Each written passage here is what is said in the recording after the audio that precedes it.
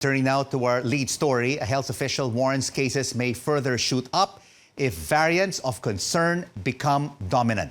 As the country races to contain that spike, it also faces challenges like dwindling hospital capacity and contact tracing issues. How else can we quickly curb the spread of this virus? Let's now go above and beyond the headlines with Doctor Ted Herbosa, Special Advisor to the National Task Force Against COVID-19. Doctor, thank you so much for joining us. You are an emergency care specialist. Are we now in an emergency situation? Yes, Rico, we've seen a second surge for several months. November, December, January, February, we had a flat number of cases and not reaching over 1,000. And then suddenly by March 1, they were reaching to numbers of 3,000, 4,000, even 5,000 per day. And we've seen that this is concentrated in areas in Metro Manila. And you've shown that earlier. And our UP Philippine Genome Center has identified the presence of several variants. These are the new mutations of this COVID-19 virus. And they have been identified to be present, and predominant to this was the UK origin variant, the B117 variant. And more recently, together, the one we reported as the variant of concern in Cebu, which is now known as the P.3 or the Philippine variant.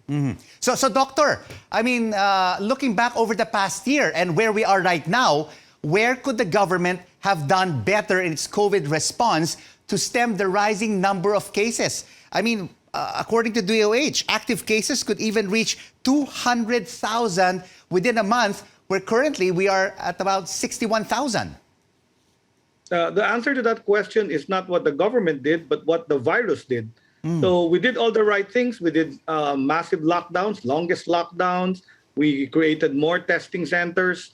We created more surge capacity for hospitals through those facilities for the infected. And we were able to lower the numbers of cases. Unfortunately, viruses in a pandemic will mutate naturally.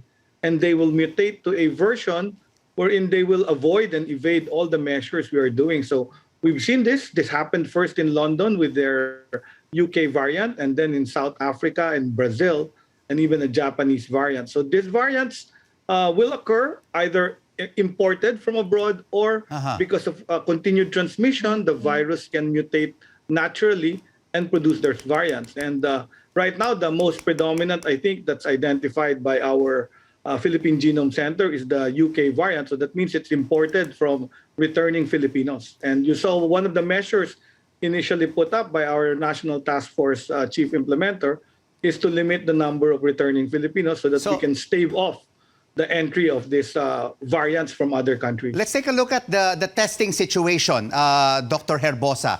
We heard Vince Dizon, the testing czar, saying 50,000 a day. Is that sufficient? Shouldn't we at least ramp it up to 75 or 100,000 tests per day to be able to find out where we are at? And also, at the same time, we're also having issues with contact tracing. It seems like there is not enough budget for contact tracers, and we also don't have a nationwide unified contact tracing application. Several questions there. The first one is testing. So right now, our government's policy for testing is what is called symptoms-based testing. So if you are a close contact, if you are symptomatic, you immediately will get tested, and PhilHealth will pay for that test. However, I think in an outbreak like this, wherein we have an increasing number, a very steep rise of number of cases, I believe that we should be doing aggressive community testing. Not really mass testing, because mass testing has no sense of you'll just waste money. But aggressive community testing, that means a specific barangay, for example, that has a clustering or outbreak of cases. We do that clustering of cases. And in the other barangays nearby, we do what's called active surveillance. We do random tests in different people so that we can catch the virus before they propagate and transmit to the different inhabitants of a particular high-risk group. So these are regular standard measures in outbreak investigation. Contact tracing, what happened last year was we did our contact tracers were contractual. So I think they were 6 months renewable. And when the cases went down, Doc- Some of them were not renewed because there was no need for contact tracing. So- I think so, now we Doctor- need to renew and get Uh-huh. them back, those people we trained, and help out in the contact tracing, in the aggressive contact tracing. Well, And the app, the third question was the app. Luckily, even though we don't have a national app, I've noticed that local governments have been able to go around this because the national app wasn't working. They developed their own. So you now go to cities like Pasig, Quezon City, Mandaluyong, Valenzuela, and they all have these QR codes that are digital methods to actually find people immediately if someone turns out but positive. So that's it. the We're not. local But governments are that's a doing their problem. own. That's a problem, Doctor. We're not working as a team, no? I mean, there really has to be one unified contact tracing app, and not each municipality or city having their own contact tracing applications. So basically, if the cases continue to increase, Doctor, and right now we have curfews, we have granular lockdowns, shouldn't we just basically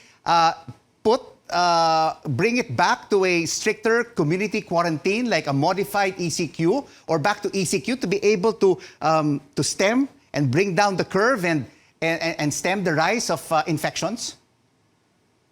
Well, what we're trying to do now is to really balance health and economics. I think you've heard that the two are actually all go together. You can't have only focus on one, which what we did last year when we were still unable to understand this whole virus, how it propagates, how it behaves. But now we have everything in place. We have the setup in place. We have the plans in place. We have the ideas of how to curb this again. So I think they're braver to just make limited restrictions, like travel, like leisure businesses are being closed, and then curfew implementation. And then they're still doing lockdowns, but these lockdowns are barangay. So Correct. you'll see a long list of barangays locked down by local chief executives because of the high number of cases. And the lockdown is not to make people not move, but actually to get the team go in there and start testing everyone and identify the positives and put them in isolation so that they can prevent the transmission. So, Doctor, if you're saying we are now in an emergency situation, what about the doctors and the nurses? Last week, they asked for a 2-week timeout. Are they asking for another one again this time around with the rising number of infections? Yeah, my thinking is that the government and local governments should actually start putting up what we call surge capacity by making sure that the asymptomatic and the mild, and we found that many are asymptomatic and mild with these new variants. So they don't need to be in the hospital. They don't need to be filling up our hospitals. We can reopen some of the huge facilities that we used to have before. We call them the TTMF, temporary treatment and monitoring facilities for the asymptomatics and the mild. We need to reopen those and look at opening some other hotels like we did before, to where we can admit these people who are mild and asymptomatic, so that we can relieve the hospital of the pressure. Because now you heard the doctors, they're saying even the emergency room has a long queue of people wanting to be admitted. So we need to develop that surge so that we can make the hospitals concentrate on the moderate and the severe cases. Dr. Ted Herbosa, thank you so much for joining us on Newsnight.